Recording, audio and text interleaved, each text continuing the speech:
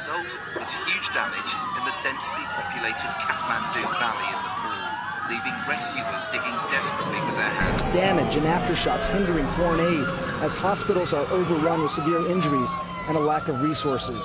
Our hearts are crying out for those who've been affected, the many thousands who've been affected by this disaster.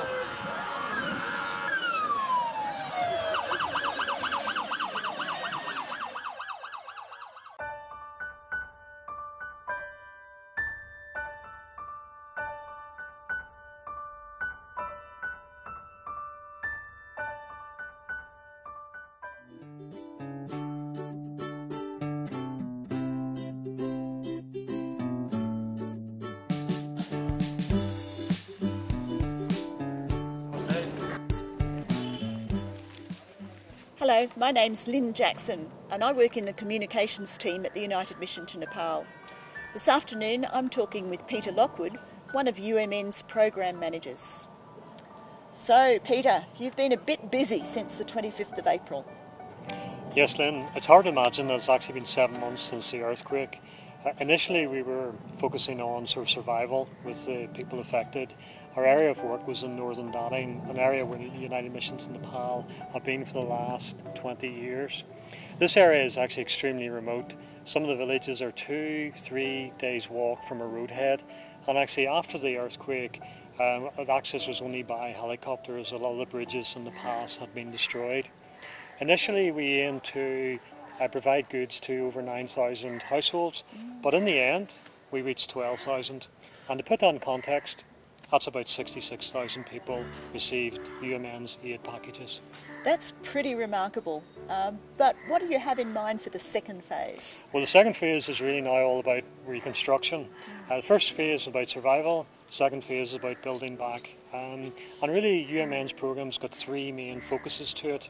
The first focus is on engineering and construction, the second focus is on livelihoods, and the third focus is on well-being. So you're an engineer, you must be very interested in the construction phase. Tell us about that. Well, the construction phase, a lot of it's about houses. Over 90% of the houses in North Daring were severely affected. They either were demolished or else they now need to be demolished and rebuilt. So that's a major component of what we need to do. But we're also focusing on what we call community infrastructure. So there's learning centres, what we would call schools, health posts all need to be rebuilt. A lot of water systems need to be re-established, and footpaths and trails all need to be rebuilt as well. And what about livelihoods? That seems to me to be pretty important. It is, again, it's very important. A lot of people in North Daring are farmers, and a lot of what was affected by the earthquake in terms of their land being destroyed, in terms of livestock being killed. So we're going back to replenish their livestock to help them rebuild back, re-terrace the rice fields and the kodo fields, but also giving them seeds, and then also trying to provide other opportunities for employment. That sounds pretty important. You mentioned well-being. What's involved with that? Well, well-being is really a focus in realising it's the whole person that we're trying to affect. It's really been a traumatic experience for many, many people, and there's a lot of trauma healing which needs to go on.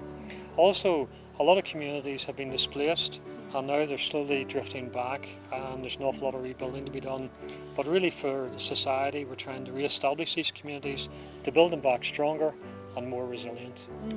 That sounds very important, but very challenging. There are lots of things that you're going to have to face. What are the key challenges, do you think? Well, the key challenge is it's a massive task. There's so many people who have been affected, and the building back is going to take a long time. But also, it's not really been helped at the minute because there's a blockade along the Indian border, and so we're not actually getting goods coming through in terms of fuel, in terms of construction materials. And I think the last key challenge is really trying to manage local people's expectation and the political expectation alongside that. It sounds like lots of challenges lie ahead, Peter. What is your take-home message for the folks at home? Well, I think the first message is just a sincere thanks for all the support that the folks back home have given. The financial support's been very generous, the messages that have come through have been very uplifting, and your prayer support has been absolutely essential. For the people in our response, it's not just about houses, it's about the whole person, their environment, their livelihoods and their well-being.